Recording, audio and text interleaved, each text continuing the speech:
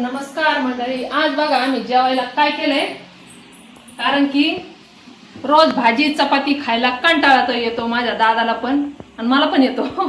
कारण की एक तर वातावरण हे असं आहे ना गरमीचं, तर काय खावा काही समजत नाही.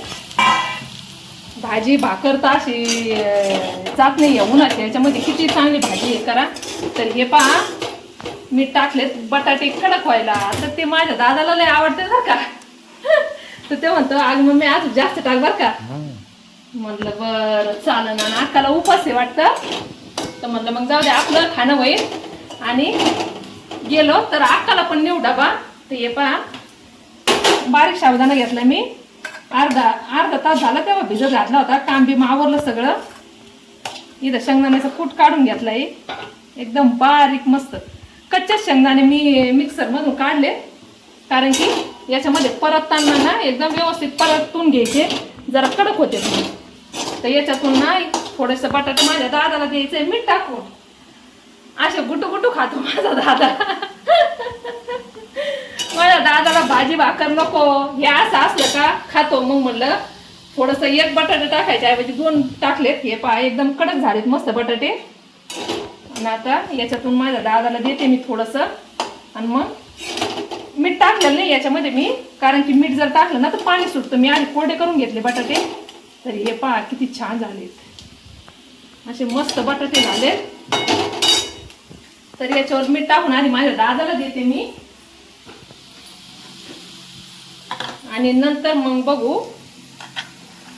तर हे पहा याच्यावर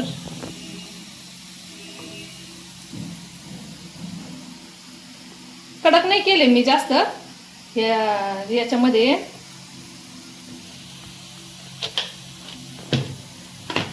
ते कडक जरा आता खायला मस्त वाटतं, पण मग याच्यामध्ये ना खिचडीत नरमच चांगले राहायला ते, त्याच्यामुळं मी काय कडक नाही करून घेतले. तर हे पहा शेंगदाण्याचा कूट टाकते, एकदम बारीक करून घेतलाय. आणि साबुदाणा पण बारीकच आहे, तो जाड साबुदाणा नाही होत. आणि पचायला पण जरा जड जातो तो साबुदाणा ना. तर मग आम्ही काय उपास बिपास धरत नाही, पण खाऊशी जर वाटला ना तर करत असतो. हे साबुदाणा माझ्या बाईला आणि तिच्या पप्पाला इतका आवडतो ना, दिवसभर साबुदाण्यावर राहते ते दोघं पण. पण आता तिचे पप्पा घरी नाही आणि माझं लेकरू पण घरी नाही आहे. येणार आहे ते काय पेपर का काहीतरी आहे, पण माझं 8-10 दिवस बाकी. त्या दिवशीच बँकेचं काम होतं तेव्हा येऊन गेली, पण लाईट नसल्यामुळं बँकेचं काम काही झालं नाही तिचं. हे बा याच्यातच मीठ टाकून घेते मी. आम्ही काय तिकडं अक्काकडं आणि त्यांच्याकडे काय गेलो नव्हतो. काल दादाचा फोन आला होता, आता सकाळी आला होता. काय करते ग बाई म्हणे. तर म्हणलं काय नाही, चहा घेत होते मी तेव्हा. म्हणलं घेते चहा. तर बरं नंतर करतो म्हणे. काय चालू होतं काय नाही तिथं पण बडबड. मग मी काही जास्त बोलले नाही, म्हणलं आवरा तुमचं नंतर मग मला फोन करा.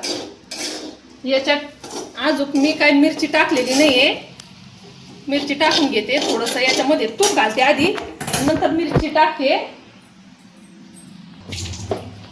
हे पहा मिरच्या कापून नाही घेत, मिक्सर मधूनच काढते, कारण की कापून ना काही एवढे हे नाही होणार याच्यामध्ये मिक्स.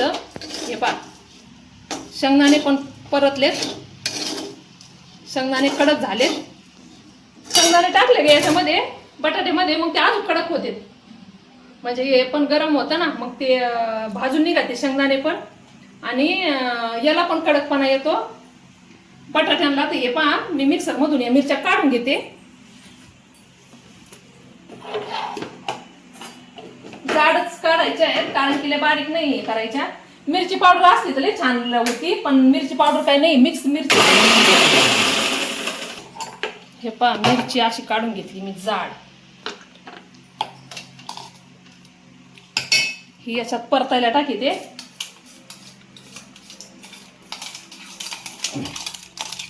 तुम्हाला जर उपास बिपास असेल ना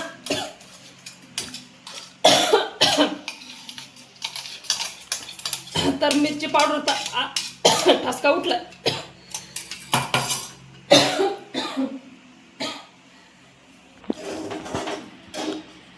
बघा मिरची पण भाजून घेतली मी याच्यामध्ये, चांगली भाजून झाली मिरची. तर हे पहा साबुदाणा घालते याच्यामध्ये. याच्यामध्ये मीठ टाकून घेतले मी साबुदाण्यामध्ये.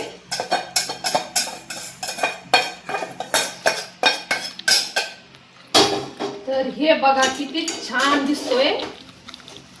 एकदम चांगला परतून घेत जा आणि एकदम मिक्स करून घेतला का नंतर याच्यावरती झाकण ठेवा, म्हणजे चांगला फुगतो ते साबुदाणा.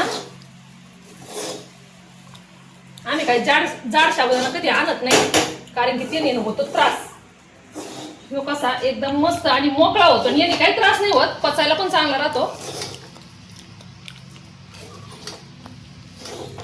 तर याच्यावरती मी मिक्स करून घेतलाय मी सगळं. याच्यावरती झाकण ठेवते आणि नंतर मग तुम्हाला दाखवते.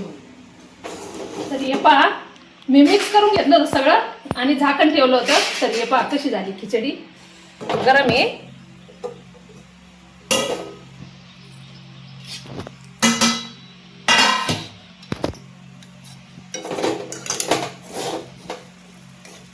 चिकट नाही काय नाही, एकदम मस्त झाली.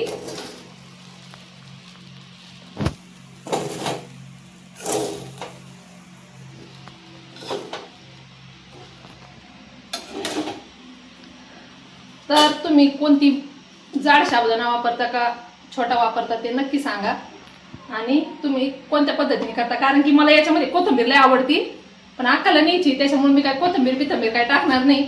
नाही तर कोथिंबीर जिऱ्याची फोडणी इतकी मस्त लागते ना का बस. नक्की ट्राय करून बघा. तर हे पहा माझी झाली खिचडी. या खिचडी खायला आता आम्ही जेवण करतो आणि जातो अक्काकडं. तर भेटूया पुढच्या ब्लॉगमध्ये. धन्यवाद.